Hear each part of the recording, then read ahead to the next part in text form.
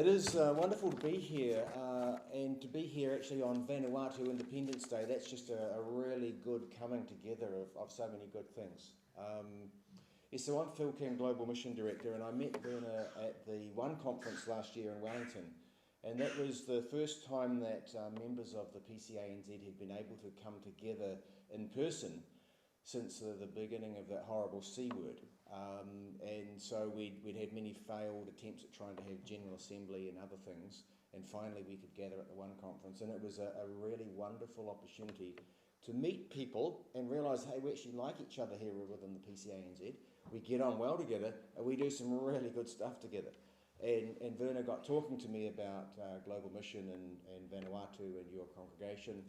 And of course there's the history of the partnership with the PWMU in Port Vila and other things. And so it just worked out very, very well that with the plans we had to bring Shem and Joseph here for the church schools conferences in Wellington this week coincided nicely. So yeah, just a really nice coming together of all of that. I'm going to share briefly with you about our partnership with the Presbyterian Church in Vanuatu, and when I say PCV, that's what I'm talking about. We have a lot of work with other churches, other countries in Global Mission, India, Myanmar, Taiwan, and also others as well, but I'm just going to move on because of the time issues. Let's figure it out. Okay, where is Vanuatu? So in context, that's where it is in terms of New Zealand, 3 hours from here, straight up there.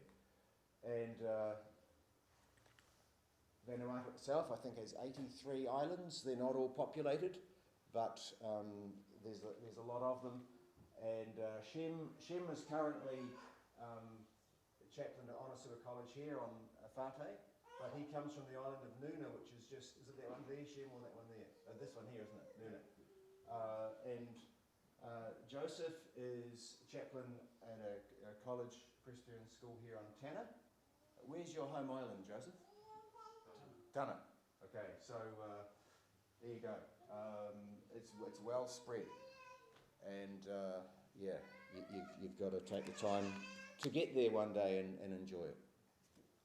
How are we currently involved in Vanuatu with Global Mission at the moment? We have congregational and school projects. Our church schools are becoming significantly involved in Vanuatu, at least one of them.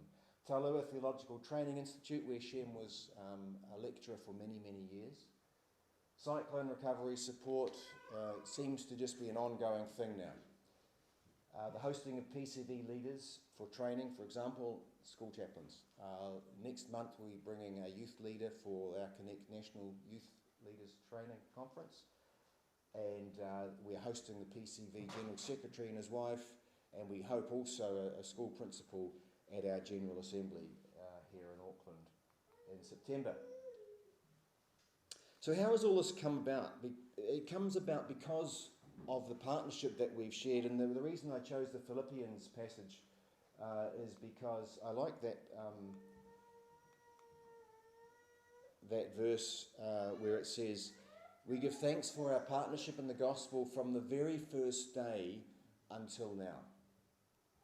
And it talks about a long-standing relationship with Paul, the people in Philippi, and you can read about that in Acts chapter 16, where he goes to Philippi and begins that ministry, and it carries on. And so this is really how we can speak about our partnership with the Presbyterian Church in Vanuatu, which goes back to the missionary era, and people gave their lives for the mission work in Vanuatu. And the members of the church in Vanuatu continue to this day to hold the memory of the missionaries and to be extremely grateful for them, and that never fails to impress me every time I go back there. 2 years ago, one of our former missionaries to Vanuatu died.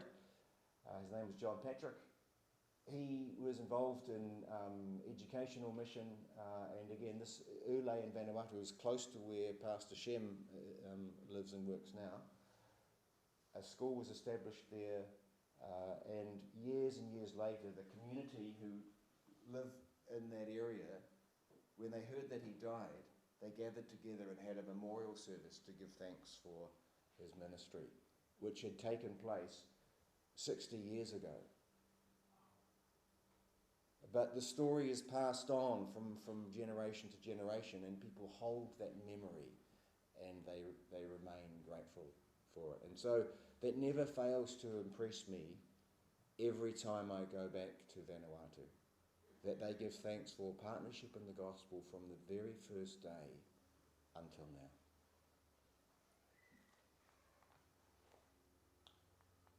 Okay, other ways that we're involved, building on that wonderful foundation.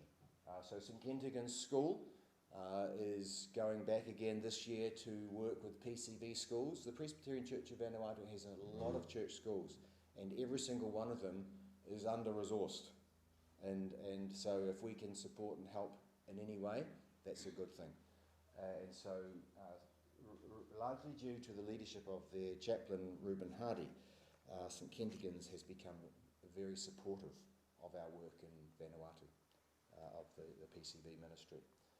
So that's a really good thing, and they're going back there in a couple of months' time. Congregational projects are beginning again, so that's something for you to be thinking about and praying about, and I'm pleased to see that we can begin again. COVID really took the momentum out of things, but we are moving forward again. This here is the Bush Mission on the island of Espiritu Santo. We just call it Santo, and a good work is going on there. Cyclone recovery support, as I said, seems to be ongoing now. There's just a constant rhythm of cyclones that come through the Pacific. Not just Vanuatu, of course. Many countries are heavily affected, but Vanuatu does seem to bear the brunt of the really strong cyclones in that particular part of the region. This is Tata Presbyterian School.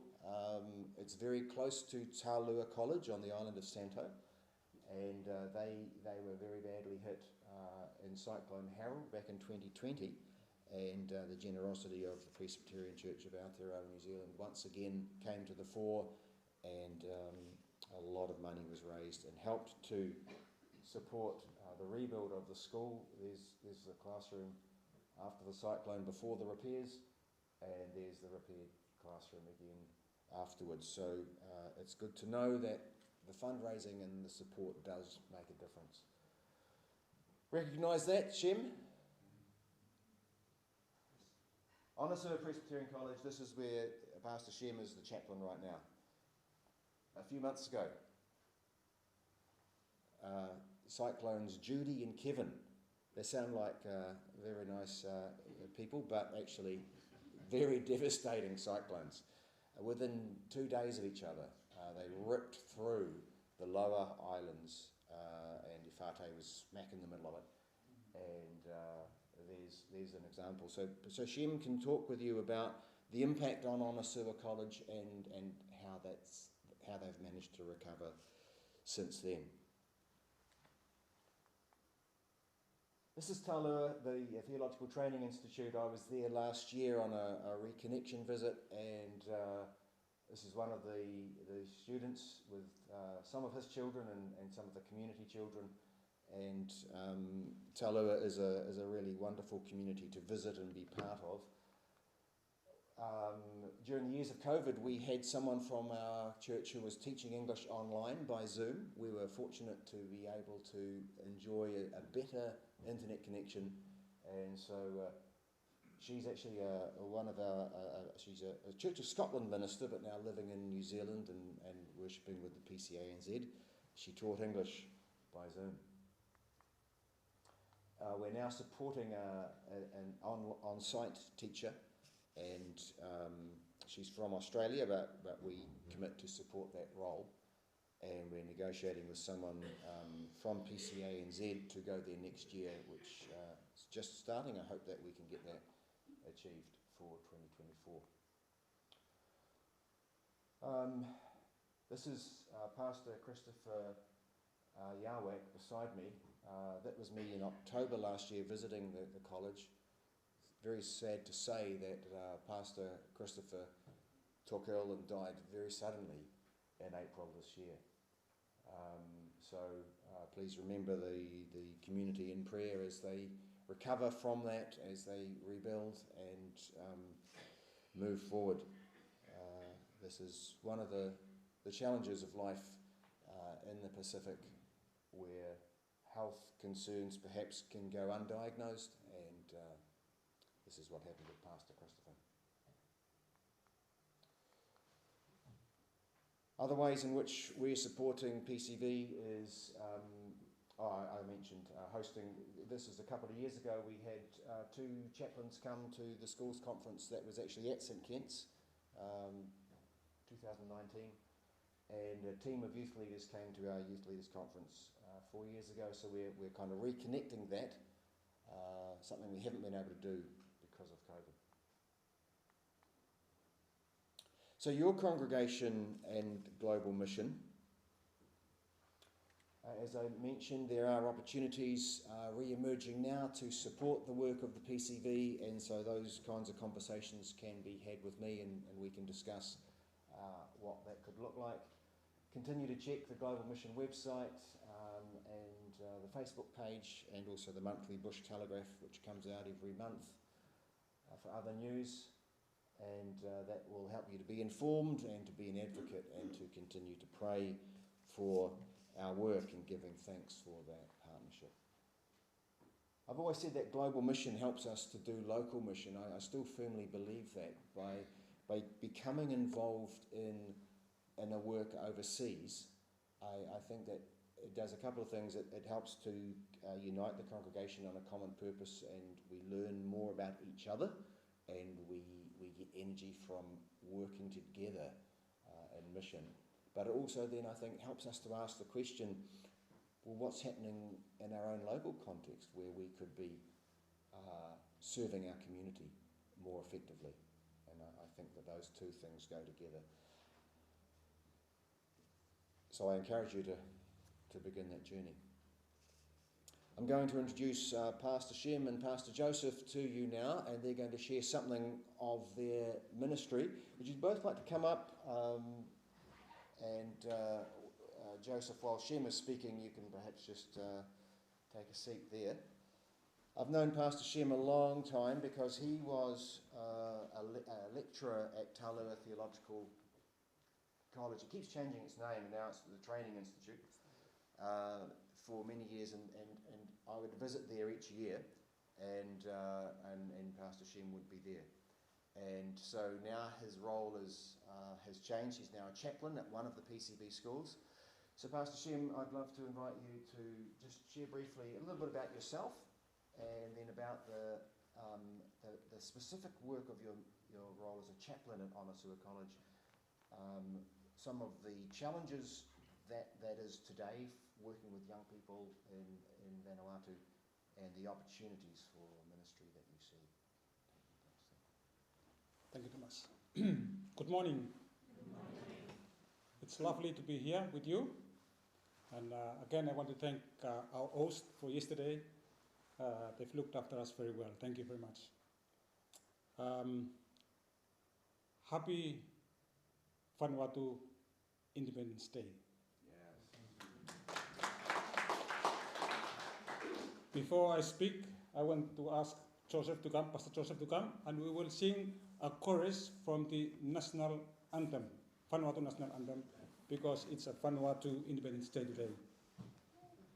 And the song goes, we will just sing the chorus. You, me, you, me, you, me, all man belong Vanuatu. That's how it goes. You, me, it means you and me. You, me. Man Vanuatu. You, me, 2, 3. You, me, you, me, you, me, glad long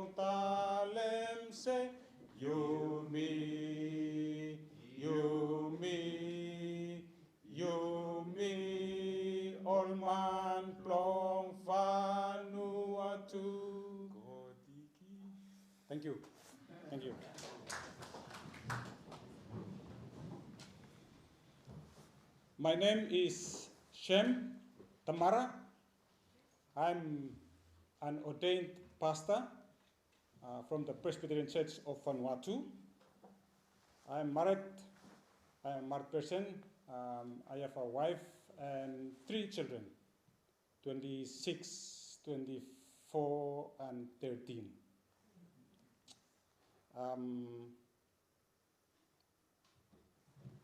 Phil mentioned about the partnership in the gospel from the past until now. I come from an island you've seen on the map.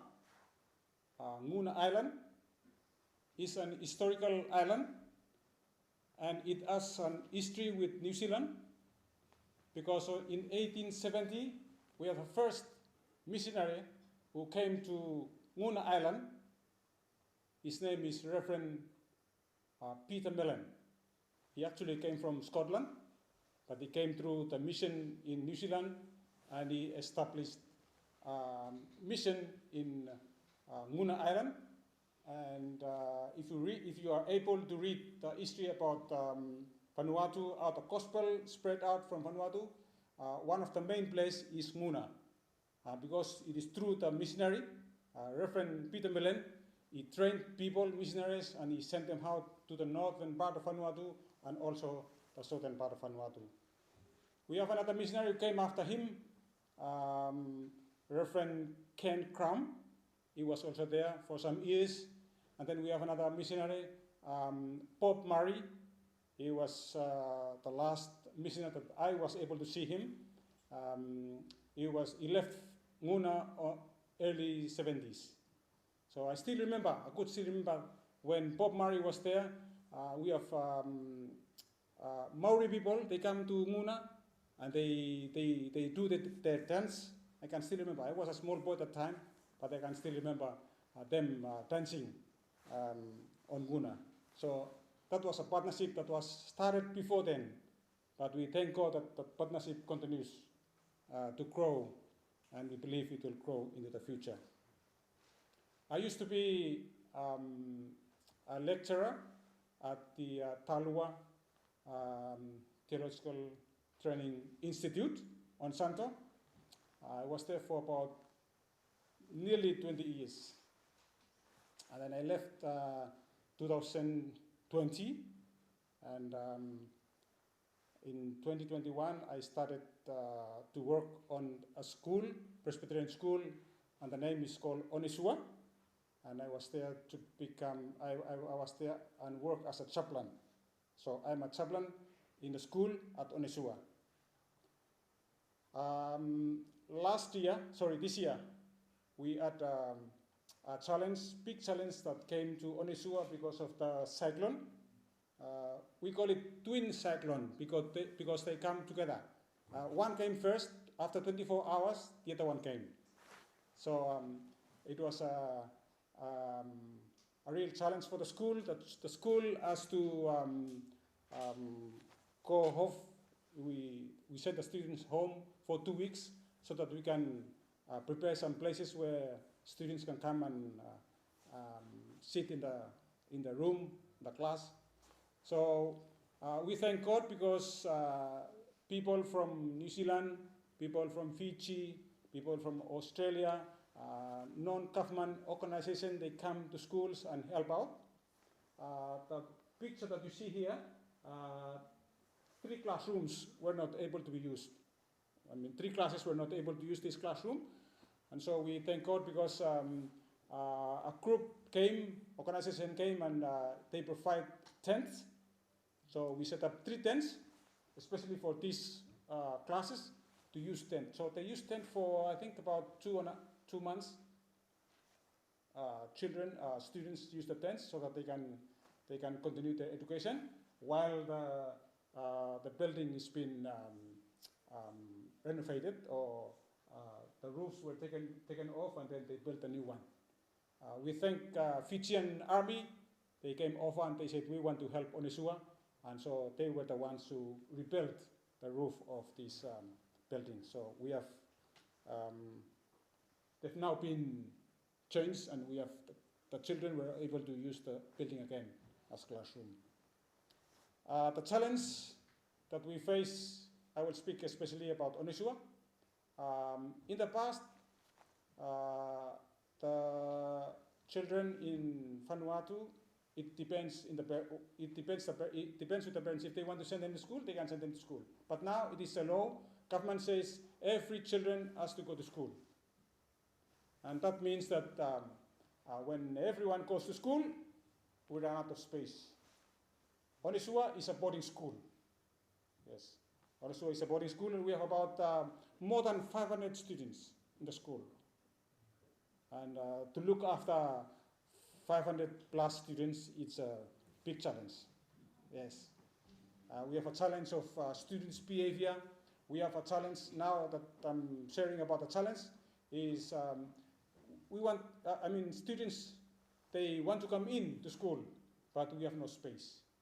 The administration of the school is planning to build some more dormitories, is planning to build some more classrooms so that we can accommodate students. We can provide places, venue for students to come and after education.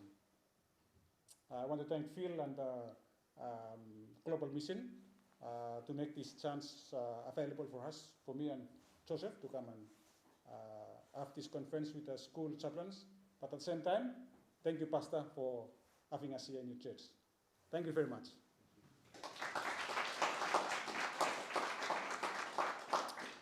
Thank you, Shem. So we'll introduce Joseph now to share briefly about his work at Lenakau College. One of the photographs you saw there of a young person sharing with a group of children was at Lenakau College. So they have hosted members of our youth in the past, and so there's a really good connection as well that I hope we can rebuild. So Joseph, over to you. Joseph was helped with his visa by Wycliffe Bible translator missionaries. I heard you mention Wycliffe before. So I had a phone call one day. I don't normally answer my phone if it's an overseas number that I don't recognise because of all these scams, you know. So I didn't answer it, and then it rang again, and then I got a text, and it said, "Hi, I'm Sophia. I'm a missionary from Vanuatu. I'm helping Joseph with his visa." So I answered the phone.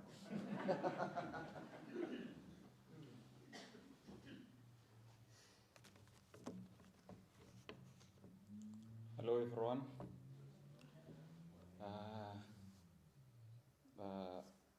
This morning, it's been a privilege for me to stand before you this morning to present myself. Thank you very much, Phil, for allowing Lenakau Presbyterian College to be part in this training.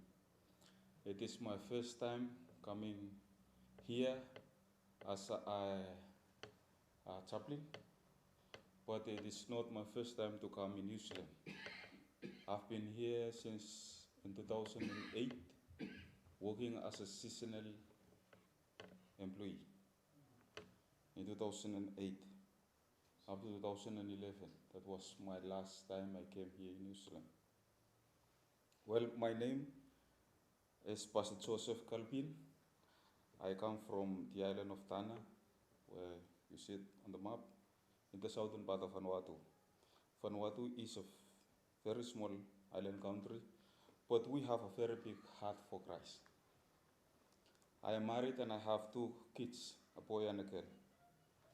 After graduating at Aulua Theological Training Institute in 2018, where Pastor Sam was my lecturer. Thank you, Pastor, for lecturing me. I was called by the Southern Islands Presbytery to serve as a pastor in 2019. Looking after Nakusi session, I served there for 3 years, from 2019 to 2021.